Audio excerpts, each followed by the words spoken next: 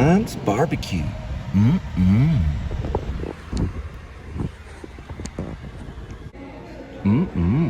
Plates, $14.99, $21.99, and $29.99 for 3 meat. All right, Heim Barbecue. Welcome to Please Subscribe Show. $14.99. That's not bad, and they've got like meat, all kinds of stuff. Yeah, and you get barbecue and everything. Heim Barbecue. We're gonna do a detailed vlog later. We're just scouting out right now. But you pronounce it Heim? Heim's. Heim's. Heim's. Heim's Barbecue. Heim's Barbecue. Very good.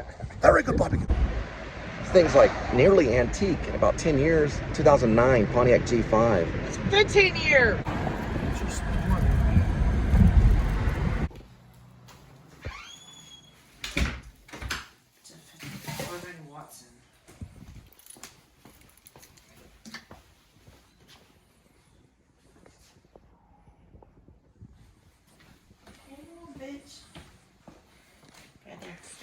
All right, 79 degrees Fahrenheit, 212,084 miles on the odometer. It is April 23rd of 2024. Welcome to the second part of the vlog, the Please Subscribe Show with your host, Cole Spivey. Had the show for a while. We are approaching Big 8, so we're approaching the Big 800. I could do mass emailings, mass messages, private messages. I could do that, possibly even using Meta, and we could have the 1,000 subscribers within a few weeks. But I decided to let it go word of mouth. All right, big exciting news coming up, and we'll let you know soon. Just to know, the people involved in some of this help. Oh, big time traffic, and the time is 4:38. People involved in helping out, this guy named Danny Whitworth. He's the brother of Johnny Whitworth from Empire Records. AJ was the lead in Empire Records. He also worked with Bradley Cooper on Limitless, if you ever seen Limitless. I'm also a peer of Bradley Cooper. I went to the Actor Studio Drama School at the New School University, which eventually switched to Pace. So when we did it, we all did it at the New School. The New School housed James Dean, Marlon Brando, Stella Adler was their teacher at the New School. It's always been a specialty school in New York City, right in the shadow of NYU. It also is connected to the Actor Studio that's at East, which is by Birdland, which is like 44th West or something, 44th East, or 44th. I should know the address by heart. Sorry, guys.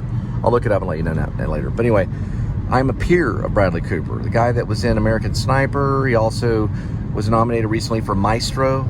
Remember this guy? Some people know. You go to the mall, you go, hey, you've heard of Bradley Cooper? You ever saw American Sniper with Clint Eastwood direction? What about Hangover? You know, the guy, was he a teacher? He played a teacher in Hangover? I don't know. He played some kind of character in Hangover. So when Mike Tyson hits the guy in Hangover, he was in that. Anyway, regardless, I'm a peer of his. That means I studied with his teachers and stuff around the time he was there. He had graduated and did, that was a dead dog, bless him.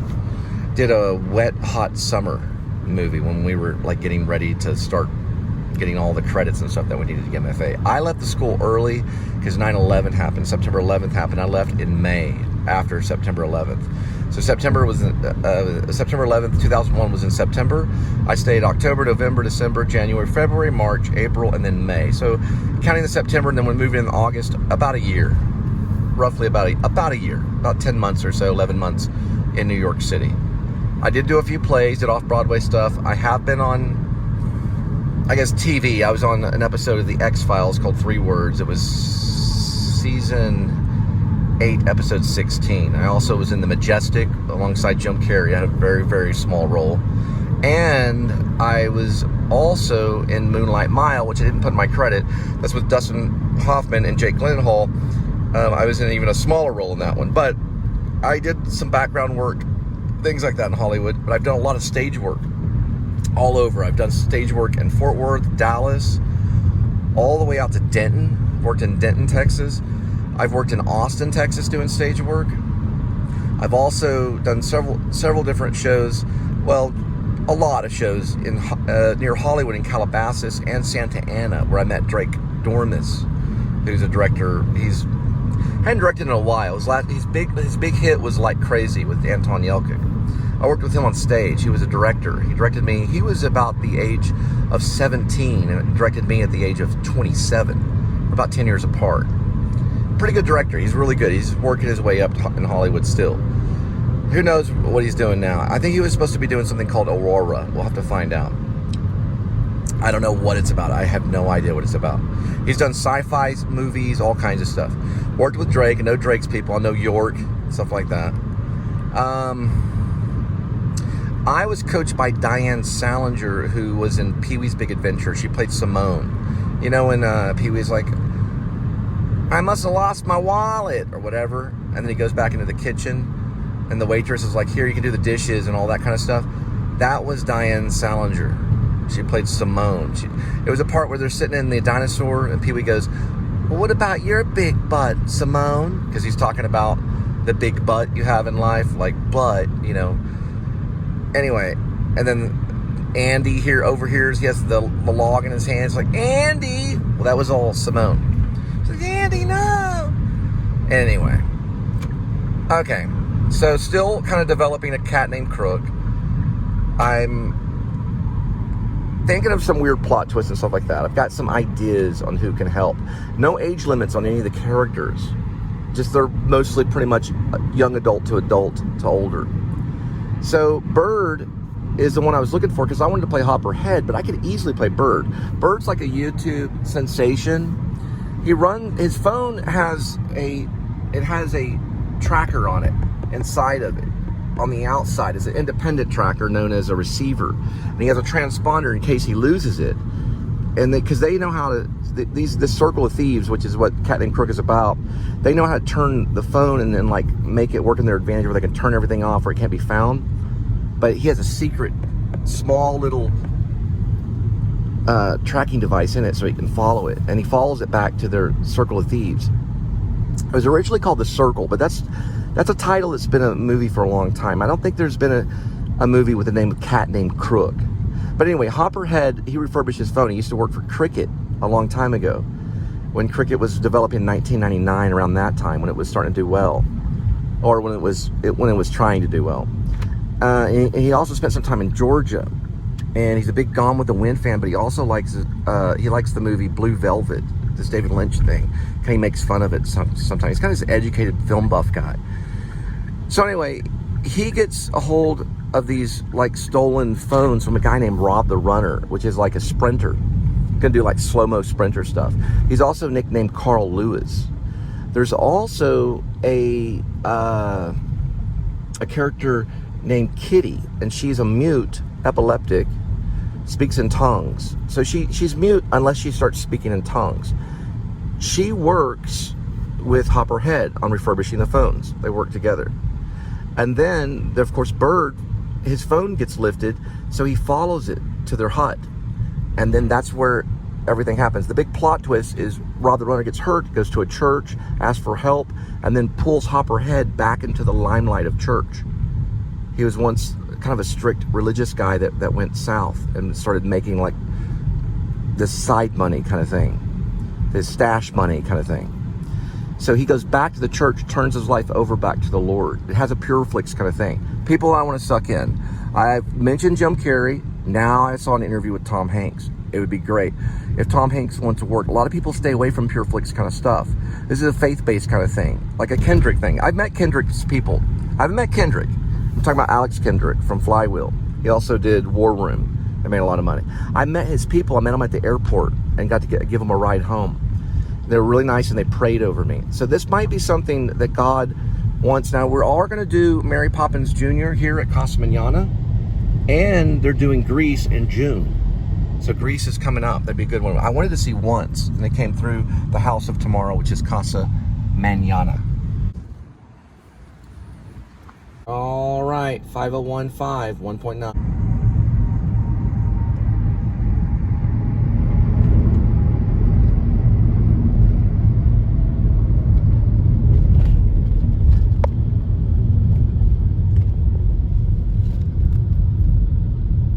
Approach the art piece coming up here. And you can hear the actual wind blow through it. Sometimes if there's on the car. It makes like a chain link noise kind of thing.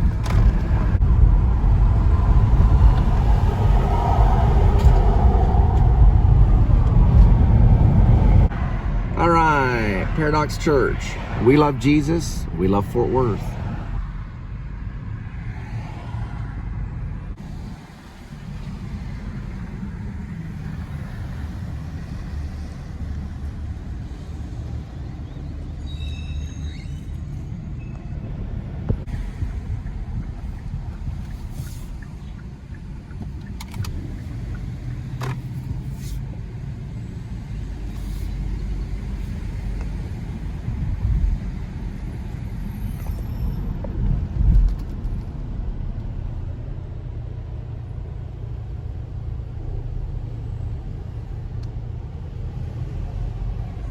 Getting like a little report.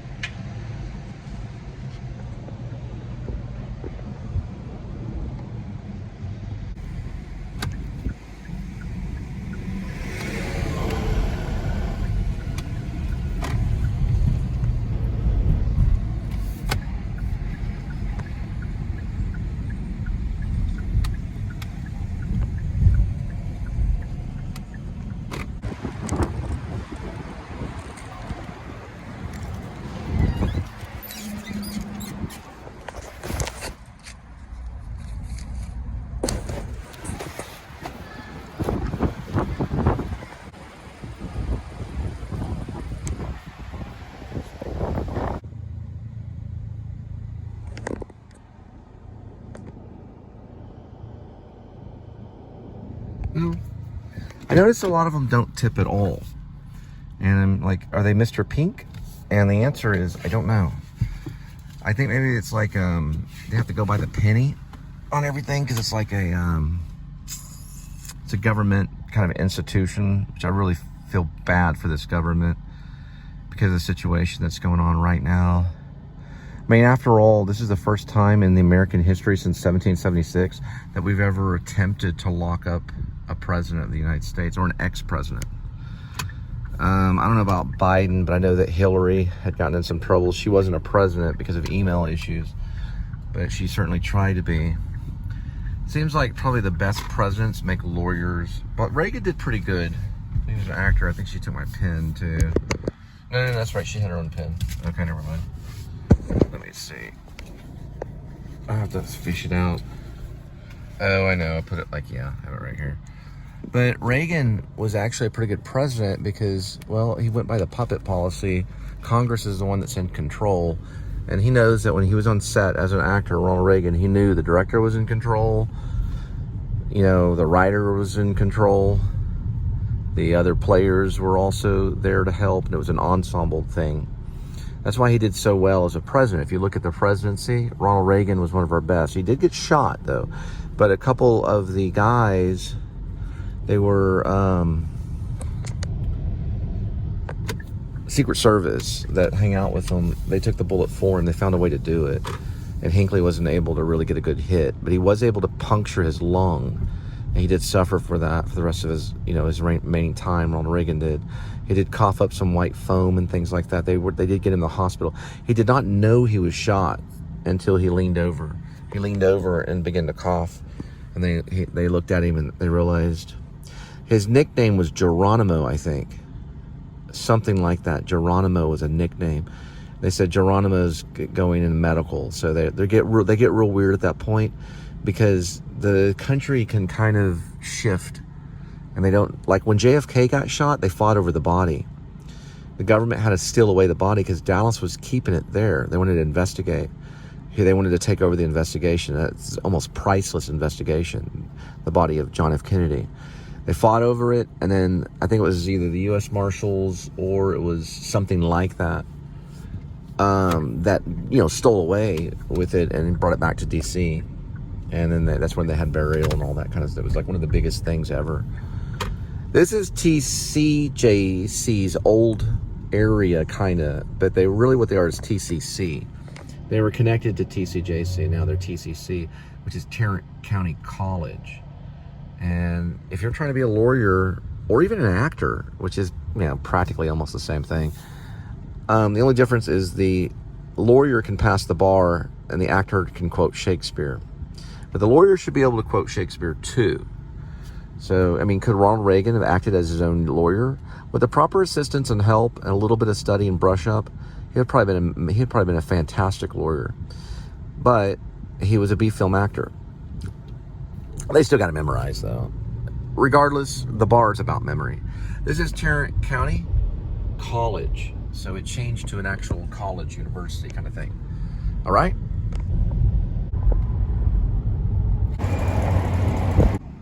Sorry, Ronald Reagan's code name was actually Rawhide. Laggy. Next one, 552-24. 13 minutes. We're going to have to check this one.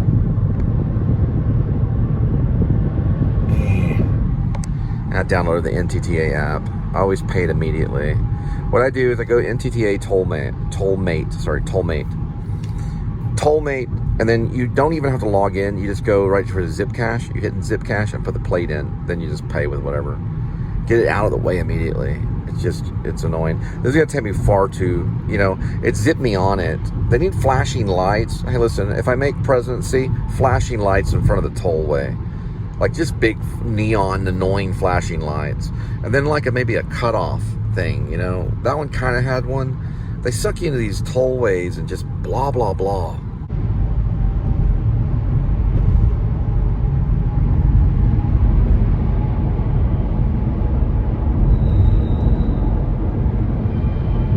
Washington's like that too. Washington, D.C. They're big on tolls. It's that way all the way up northeast for a long ways.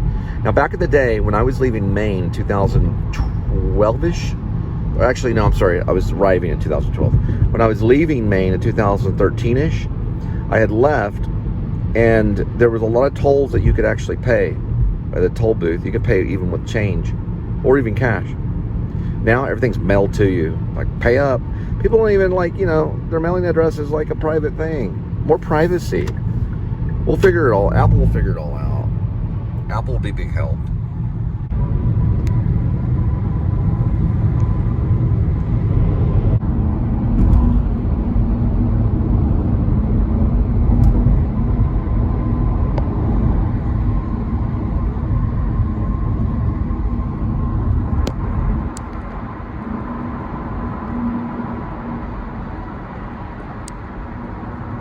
Rector 4. Where's this at? Oh, Rector Avenue. Okay. It's called Ruston Avenue. Here's Waits Avenue. Here's a quick trip. Right by Southwest Baptist Theological Seminary, exit 436A. It's like I used to live there. I used to live in Crowley. I lived off Mustang. This little duplex apartment complex. These guys had taken over all his real estate. That's where we had 18 cats. 5 or 6 huge cat litter boxes. One was a Buddha bowl. Those cats, man. So many cats. They're just so many. There's meow, meow, meow, meow, meow, meow, meow, meow, meow. We're overrun by cats. Had to give away 16 cats to no-kill shelters. They had them back then in 2007. I was going in 2007, and we were able to do it, and then found homes. We kept, of course, Romeo, Mojo, Squeak, and Itzy. Now I have Edmund, Tuxedo, Scratchy Cassavetes. All right, right past the self-storage is where Channing Freelove was buried. Well, not there, but this is the Laurel Land in this cemetery way over there in the corner, down that way. Haven't been back to the grave in a very long time. Linda said we should do a vlog about it, but I'm being respectful to her parents. She was killed by drug dealers, over $3,000 of marijuana money, probably in about 1992-ish. No, it was 93. It was in this around October 1993. She's buried way over on the other side, and so is Melanie. Melanie, I think, is buried. I don't know if for sure she's buried here. I didn't go to Melanie's funeral. I only went to Channing's. It's somewhere over that way. And Channing Freelove was very nice. She was very funny, and she was very intelligent. She wanted to be a medical doctor. And I knew about it, and there's a dead cat. I knew about it, and I told her to stop. I said, find some kind of real job, She said, I don't have time for a real job. And I said, well, and she had a pager and all this stuff, She said it was a Hispanic person that was giving it to her. They fronted her, I think it was like $3,000, and her roommates got a hold of it and went to Dallas on a spree. And so she didn't have the front money. She tried to reason with them. They got some Crips to shoot her and Melanie.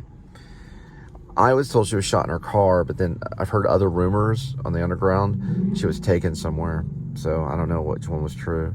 It did make current affair in 1993-ish. My friend Robert Vasquez, Travis McKnight were interviewed by current affair representative. There's Winko's right over down that way. The new Winko's. And they wanted me to go in and interview about it, to talk about it, because I was her personal friend. I said no, out of respect to her parents, because you'd be going on national television and calling someone a drug dealer. Here's some facts about Channing Freelove. I never saw her smoke pot. I never saw her with a bag of it. We knew in the underground that she had it. We also knew that she got kicked out of Country Day for selling ecstasy, and then she ended up going to Pascal. That's how I met her. I went to Pascal High School. So those are facts. The rumor was she was bisexual, and Melanie was kind of her friend and partner. So those are some facts on everything. Haven't done like a full-on vlog. I've talked about it, but Laurel Land is back there, not too far from Crowley Road and Everman. So it's about, I don't know, a few hundred yards that way from Sycamore Road. It's called Laurel Land.